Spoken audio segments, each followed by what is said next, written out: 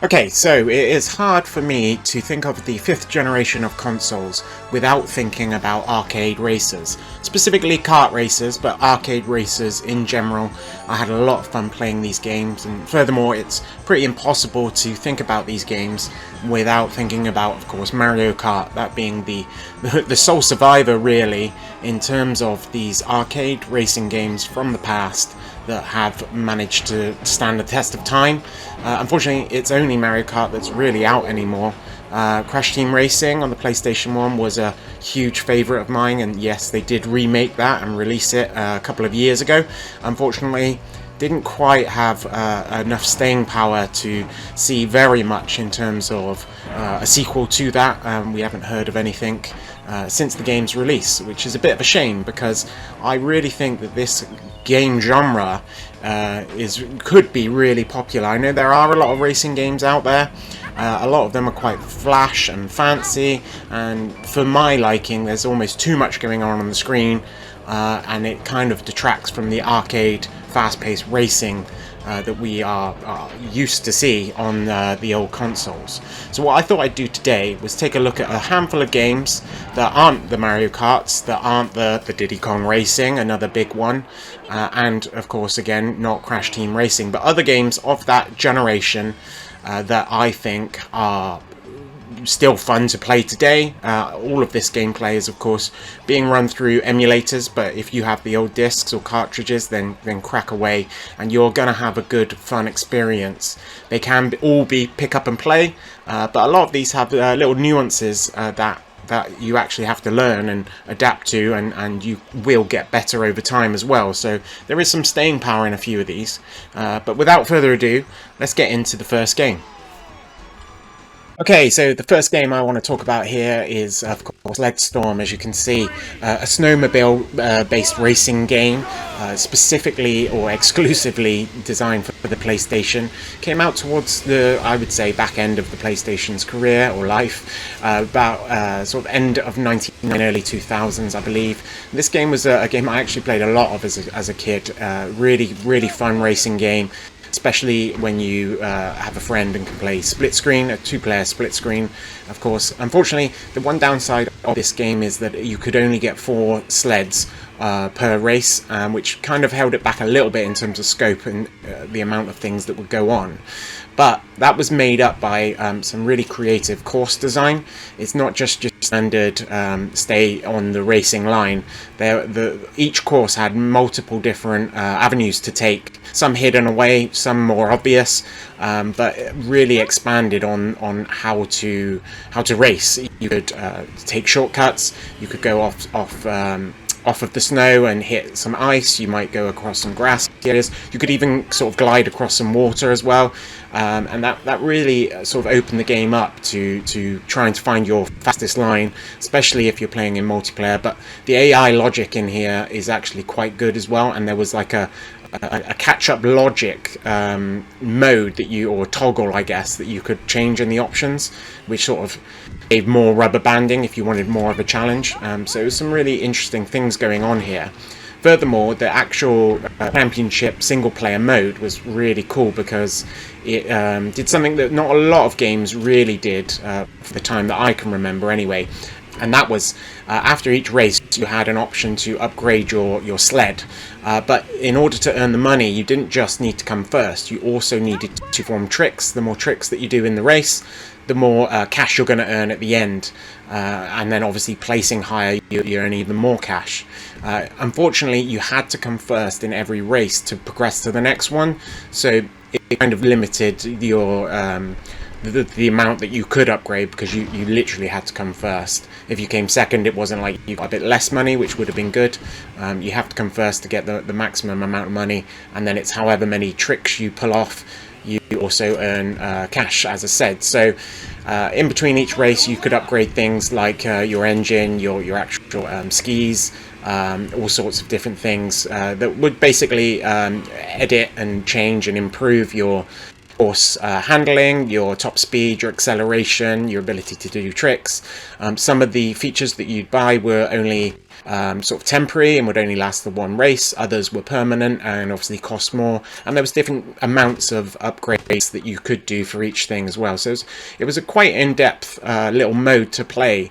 Not loads of different tracks, but again, with the ability to find new lines to take, it really did give you some replayability. Furthermore, it's probably worth noting, as you can hear, the music I've had to turn off because EA, who published the game before they sort of went so evil, actually did include a soundtrack or pay for a soundtrack with some big names, Rob Zombie, I guess, being the biggest band at the time, so I've had to knock that music off, unfortunately, but it does add a lot when you have the music on to your gameplay and your immersion and the amount of fun you're going to have. So I definitely recommend picking this up. There was a sequel, which was, funnily enough, also called Sled Storm, but it only came out a few years later on the PlayStation 2. Unfortunately, I've never actually played that one. The reviews say that it doesn't do a huge amount different than this original game, and sadly the series died there. It did, I think, open the door for other snow-based racing games like SSX, of course, one of the biggest ones. And I'd love to see this type of game come back. You don't often get games where you can race around in snowmobile. So it's actually a really fun game. So go back and have a look at this one. It might be my favourite one on the list here. So hopefully you'll enjoy it as well. Okay, so the next game that we're going to talk about here is, of course, Hydro Thunder. An absolute classic, if you ask me, back from this generation of gaming that it really doesn't come up to mention very often in any games lists or look backs. Now, of course, this was an arcade racing game, and it's quite a unique game in the fact that it came out initially, the console port came out on the Dreamcast first, and then several months later it was released on the previous consoles, that being the N64 and the PlayStation, which is the footage that we're seeing here. And I do pick the PlayStation game as the preferred option out of the console ports, purely because it has a championship sort of career mode, which I'll talk about shortly. Now, if you're not familiar with this game, Hydro Thunder, obviously it is a powerboat racing game, and the powerboats themselves are quite futuristic looking. It is not based in any kind of reality here. It is all about high speeds and adrenaline and just having fun, basically. Now, I know that I complained previously about modern games having too much going on the screen, and that is kind of true here with the Hydro Thunder. There is a lot of stuff that doesn't really impact the racing, but it also doesn't detract from the racing.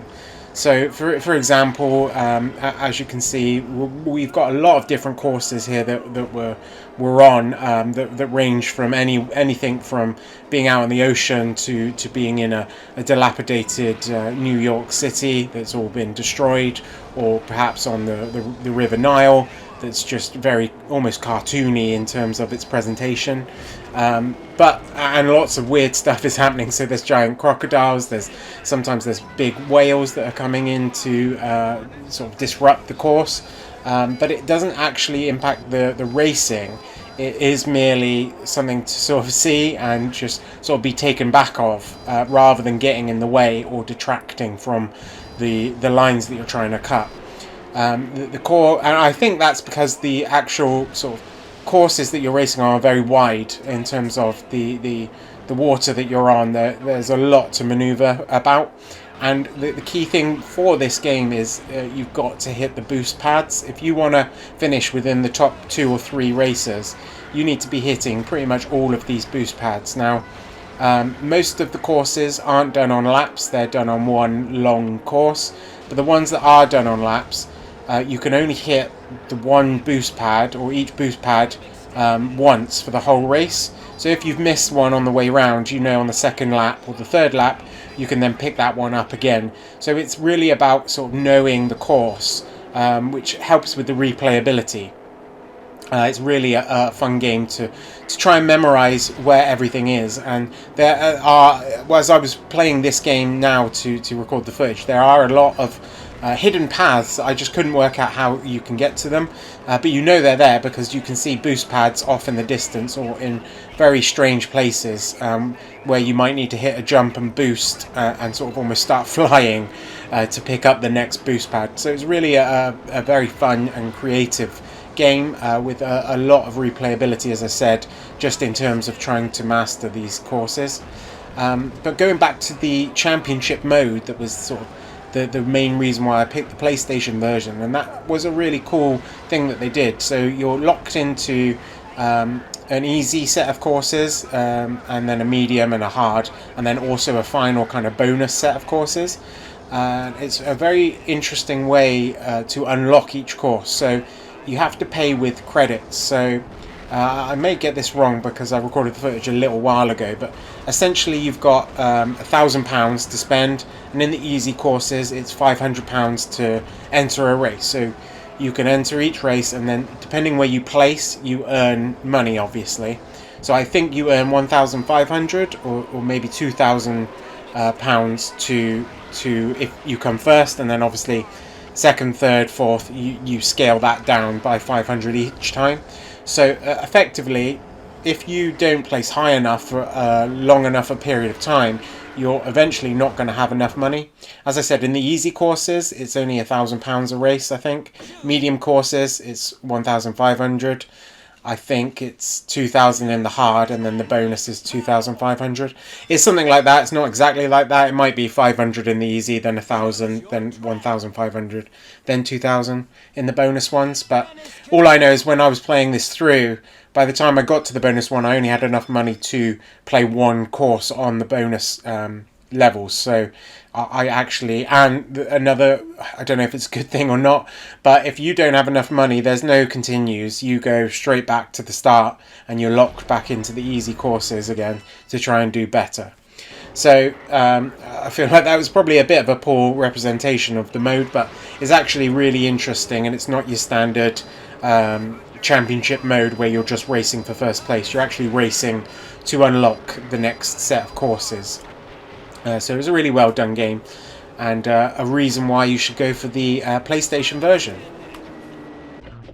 Okay, so the next game we're going to talk about here is another very much hidden gem, and this one is Jet Moto 3.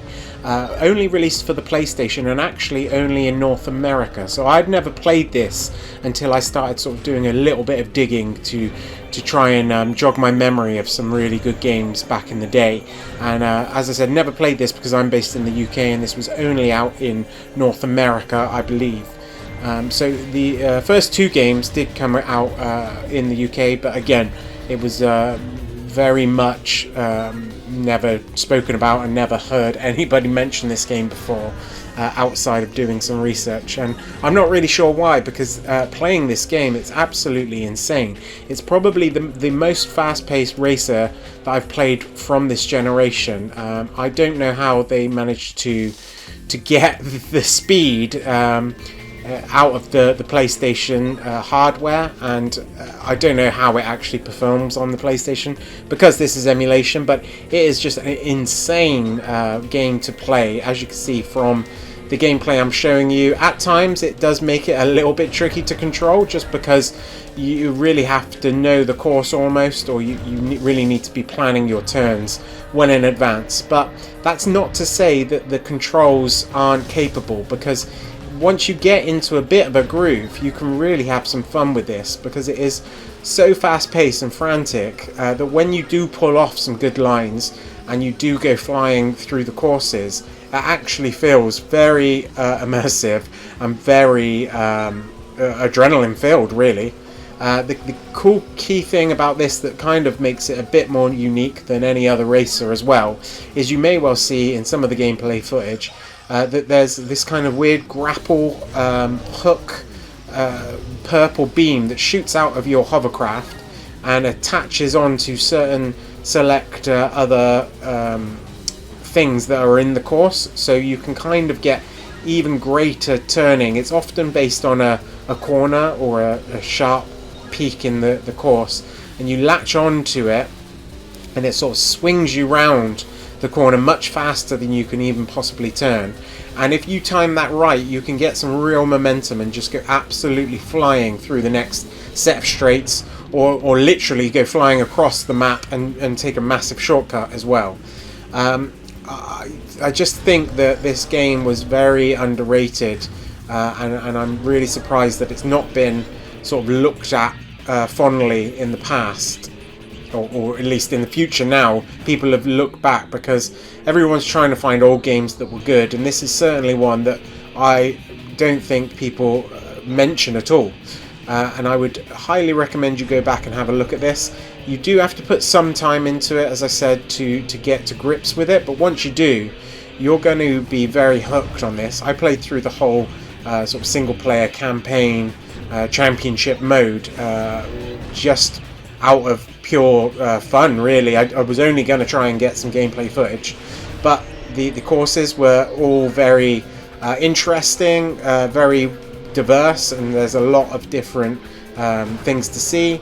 And the other thing that I really like, that I'll finish with on this one, is that there's actually a lot of marketing that's gone into this, or endorsements. So as you can see, most of the footage is on the Mountain Dew chap here, but if I show you the footage of some of the other vehicles available, so you've got the Mountain Dew guy here, you've also got some generic, I guess, more known extreme sports brands, but then you've also got a Doritos one, you've got a Slim Jim one, you've got the studio that created it, the developers 949, they've made a vehicle for it. Kawasaki, again, and a sports theme, but it was just, I just found it very funny that they've literally marketed this well out before marketing in games was a big thing, and I thought it was really cool that they had those three fast food brands, I guess, into this game.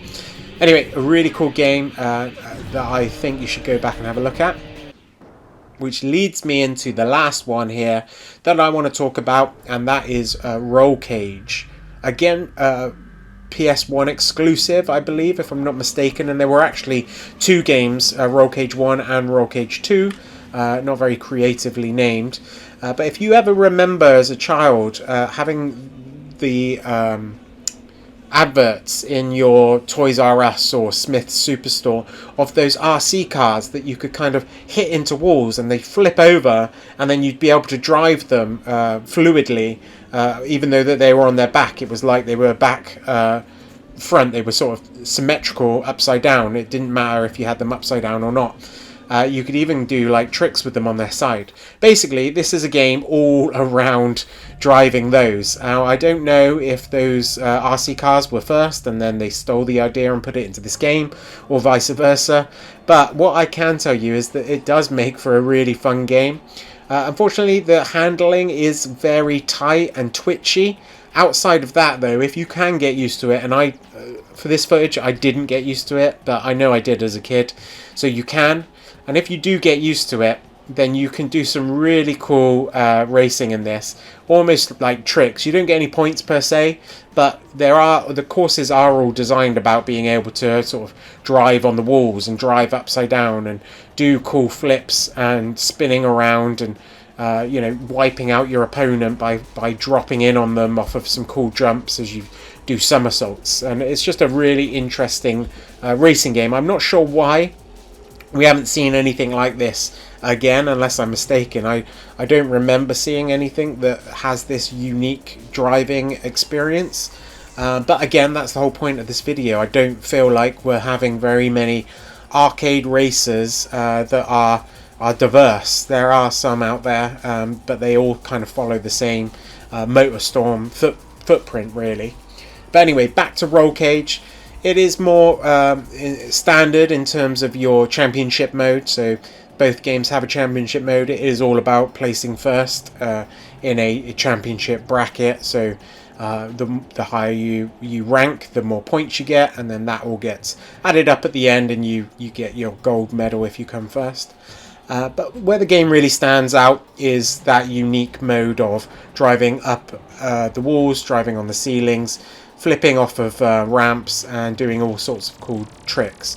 In terms of the courses themselves, they are somewhat diverse, but not hugely. I would like a little bit more variety in terms of the scenery. Most of them are all quite futuristic in terms of how they look. But don't let that hold you off. Give this one a go, and I think you'll probably enjoy it as well. So there you go. There's a handful of games that I think have all flown under the radar. And certainly this genre of arcade racers, I think really needs to return, even if it's not arcade racers and we just get some more kart-based games that are actually fun and not your Hello Kitties or Garfield licensed kart racers. But what do you think? Have I missed any? I was going to mention Road Rash for the PlayStation and N64, and also Speed Freaks, another honourable mention. But this video's gone on long enough, I feel, and I'd like to see what you think of some of these games, and if you have any suggestions, leave them down in the comments, and I'll catch you in the next video.